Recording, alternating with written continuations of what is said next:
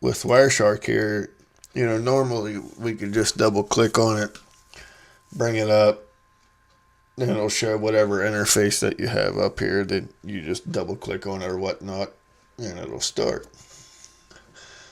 So I'm gonna show you something here what we can do. So take your icon here, and we're just going to create another shortcut.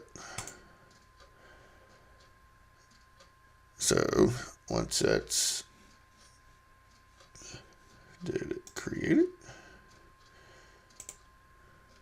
Oh, there it is.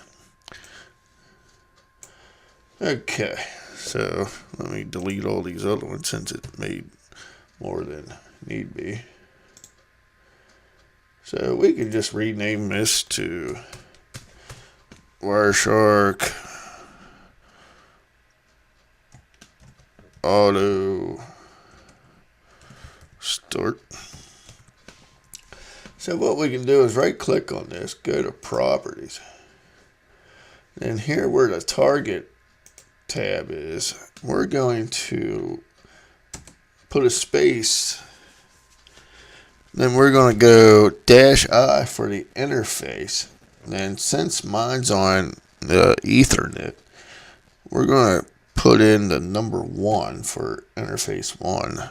Then we're going to do another space. Then we're going to do a -K. So it'll start capturing once we do this. So just hit apply, then OK.